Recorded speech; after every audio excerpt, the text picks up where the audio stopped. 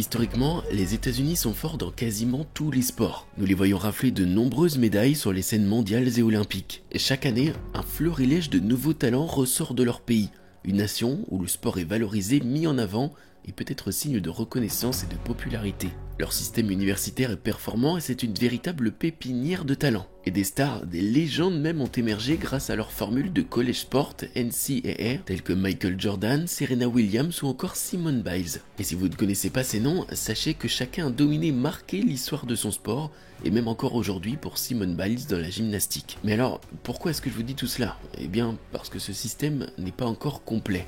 En effet, il reste plusieurs disciplines où les États-Unis sont dans l'inconnu et n'ont jamais eu de véritable talent. Et c'est là que vous voyez où je veux en venir. Et donc, le tennis de table fait partie de ces sports où les États-Unis n'ont jamais eu de grande figure mondiale. Sauf depuis maintenant quelques années. Pour la première fois, un Américain sort du lot, réalise une percée internationale précoce et bouleverse le circuit. Et il s'agit du sujet de notre vidéo, Kanak-Ja. Et je le précise quand même que chez les femmes, c'est la même chose. Récemment, deux joueuses ont explosé, Lily Zhang et Amy Wang. Et je voudrais ajouter que sous l'impulsion de ces nouveaux jeunes talents et l'espoir de pouvoir dominer un nouveau sport, les États-Unis mettent les bouchées doubles pour développer le ping dans leur pays. On les a vus notamment organiser le Grand Smash de Las Vegas, un des 4 tournois majeurs de l'année. De plus, une ligue se développe et fait parler de par leurs nombreuses recrues et les joueurs qui évoluent. La MLTT, qui est la première ligue professionnelle développée aux USA, est créée récemment. Vous pourrez aller le voir, mais de nombreux Français évoluent, les règles et équipes changent des systèmes habituels et ils essayent d'innover pour se faire connaître. Enfin bref, ça pourrait faire l'objet d'une prochaine vidéo. Concentrons-nous désormais sur Kanak-Ja, le jeune américain qui vient d'éliminer la machine Hugo Calderano à Montpellier.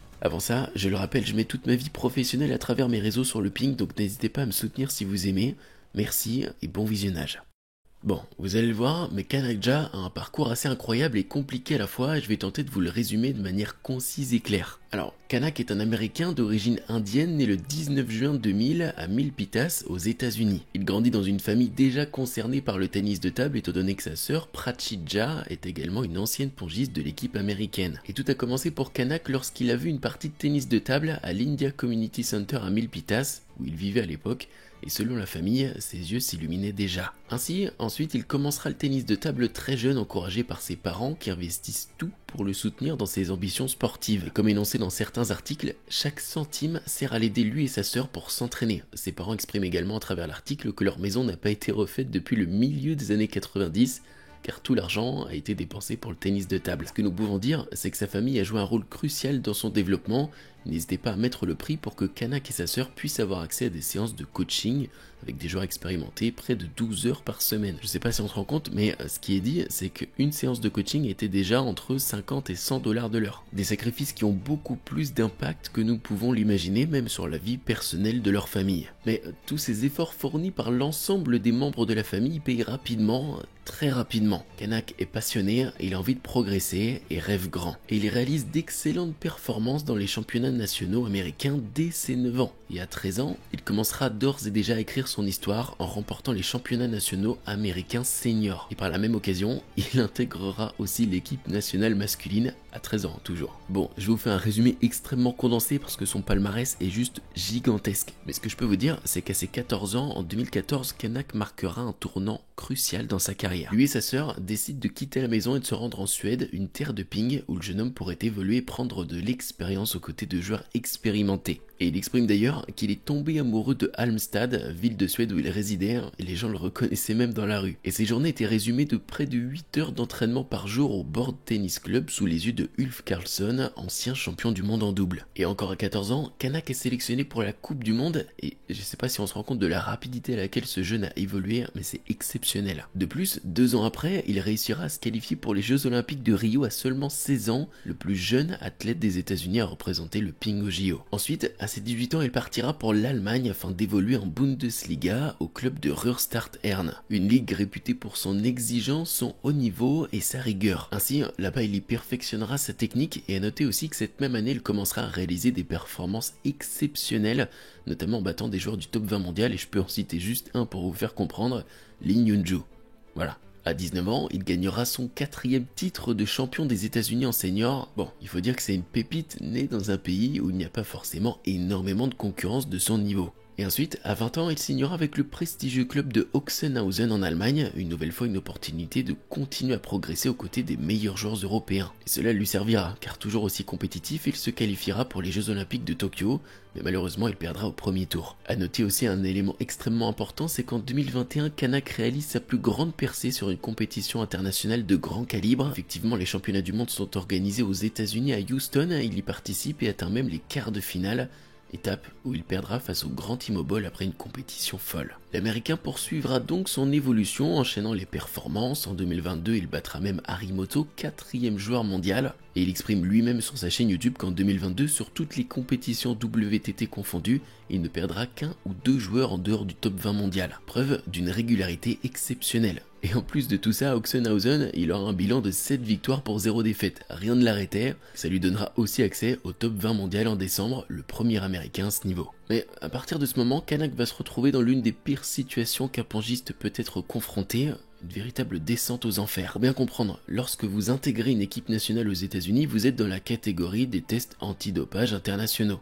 Kanak y est depuis ses 13 ans. Et lorsque vous êtes confronté à ces tests, mieux vaut être présent lors de contrôles, car en cas de manquement, vous pourriez être sévèrement puni. Et vous voyez à peu près où je vais en venir. Ainsi, Kanak loupe 3 contrôles antidopage, le 18 mars, le 2 juin et le 4 septembre 2022. Et malgré le fait qu'il n'ait jamais été déclaré positif, ce manquement à la règle entraînera une sanction sans équivoque. À l'époque, Kanak résidait en Allemagne, mais à chaque fois que le contrôleur venait à l'adresse indiquée sur les formulaires, l'Américain n'était pas présent bien qu'il se trouvait à une adresse voisine. Et selon un article, le contrôleur antidopage a tenté de joindre Kanakja avant la fin de son créneau horaire d'1 heure, mais l'appel n'a pas abouti. Tout ça parce qu'il n'avait pas composé l'indicatif +1 pour les États-Unis, information que Kanakja avait oublié d'omettre dans ses coordonnées et a témoigné que l'agence américaine antidopage ne l'avait jamais informé de cette obligation. Et ce qu'il faut savoir, c'est que la sanction peut aller au maximum jusqu'à 2 ans, mais comme les Américains avaient commis une faute mineure, c'est-à-dire pas de substance illégale, mais seulement des manquements, il aura au final 17 mois de suspension. Concrètement, ça veut dire quoi? Eh bien, c'est une interdiction de toute compétition, que ça soit en club ou à l'international, et même interdiction d'accès à certains stages d'entraînement. Et 17 mois de suspension à 22 ans en pleine progression alors que tout allait pour le mieux, je vous laisse imaginer la torture psychologique que cela a dû provoquer chez lui. Il explique alors avoir eu un moment avant de digérer tout cela, il a pu se recentrer sur lui-même, passer du temps chez lui, profiter du temps qu'il avait, mais sans savoir véritablement s'il pourrait revenir au plus haut niveau. Finalement, il exprime avoir mieux vécu cette affaire qu'il ne l'aurait pensé,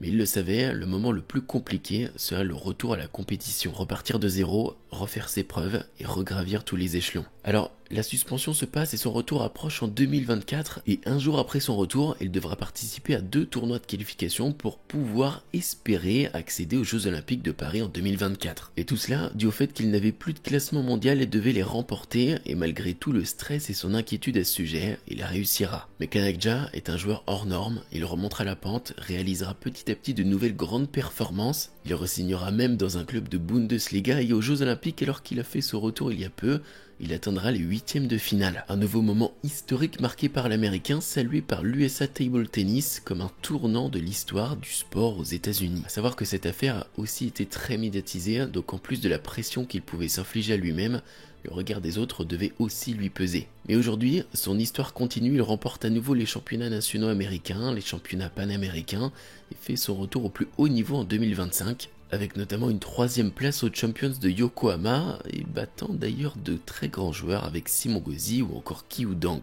Ainsi, petit à petit, Kanak remonte dans le classement mondial jusqu'à retrouver aujourd'hui la 24e place. Et justement, après vous avoir expliqué tout cela, je tenais à vous parler d'un match en particulier. Maintenant que vous avez tout le contexte, nous allons pouvoir revoir ensemble sa performance XXL aux Champions de Montpellier face au Brésilien Hugo Calderano, 3e joueur mondial. Alors, nous sommes donc bien aux Champions de Montpellier en 2025 pour le tout premier tour. Le tirage n'est pas clément pour Kanakja étant donné qu'il tombe sur la tête de série numéro 1 et 3e joueur mondial, le Brésilien Hugo Calderano. Mais les deux joueurs se connaissent bien, ils se sont souvent rencontrés par le passé et le Brésilien a battu 4 fois sur 5 Kanakja et sur les 5 dernières rencontres, les scores sont sans appel. De plus, cette année est celle d'Hugo, il est dans une forme titanesque, et de l'autre côté, l'Américain est revenu il y a maintenant 1 an mais n'a pas encore délivré tout son talent. Il a plus de détermination que n'importe qui, privé d'1 an et demi de compétition, il veut rattraper le temps perdu. Et donc le premier set est pour le Brésilien, il s'exprime de par son talent, mais à partir de la 2e manche, C'est comme si le changement de maillot de l'Américain l'avait transformé. Il devient beaucoup plus dangereux et il l'avait exprimé dans son interview d'après-match, mais après la première manche, il pensait que ce match allait être perdu au vu du niveau de jeu de Calderano. Mais peu importe la situation, Kanak donnera tout ce qu'il a pour renverser la tendance et tenter de grappiller petit à petit des manches lui aussi. Et ça marche, son jeu gêne de plus en plus Hugo et Kanak rate de moins en moins d'occasions de concrétiser ses points et augmente le rythme des échanges. Techniquement, quasi parfait dans le jeu court, dans ses déplacements où la rotation donnait à ses balles. Et dans la deuxième manche, l'Américain sauvera 4 balles de 7 pour revenir à hauteur de Calderano. Vous le voyez, mais Kanak est aussi adroit en revers qu'en coup droit, il prend la balle très tôt au rebond et ajoute à chaque fois de la qualité de balle pour augmenter le rythme de l'échange. Malgré son jeu risqué, il ne fait pas énormément de fautes et pourtant Hugo est un joueur qui évolue beaucoup à mi-distance. Il devrait être moins gêné et avoir plus de temps, mais lorsque Kanak développe son système de jeu aussi bien, il est très difficile pour ses adversaires de pouvoir s'exprimer. Ainsi, après un combat titanesque accroché, les deux joueurs iront jusqu'à la manche décisive pour qu'au final, ce soit l'Américain qui s'impose 11-9 dans le tout dernier set. Et j'avoue que j'étais devant la télé à ce moment-là et j'avais encore moi aussi du mal à croire qu'il venait de réaliser une performance aussi grande. Voilà, j'espère sincèrement que cette vidéo vous aura plu, j'ai vraiment tout donné, j'ai essayé de vous retransmettre un maximum d'informations, et voilà, j'espère que vous avez vu un petit peu s'il y a du progrès ou non. Malheureusement, je viens de voir que Kanakja a perdu contre Lee Sang-soo, mais je pense qu'il faut quand même saluer le grand retour qu'il a su faire et qu'il a réussi à faire, donc voilà, ça me tenait quand même à cœur de faire cette vidéo. En tout cas, si vous êtes encore là dans la vidéo, eh bien n'hésitez pas à me dire dans les commentaires USA, comme ça je saurai que vous avez regardé jusqu'au bout. Maintenant, moi je vous remercie et je vous dis à très bientôt.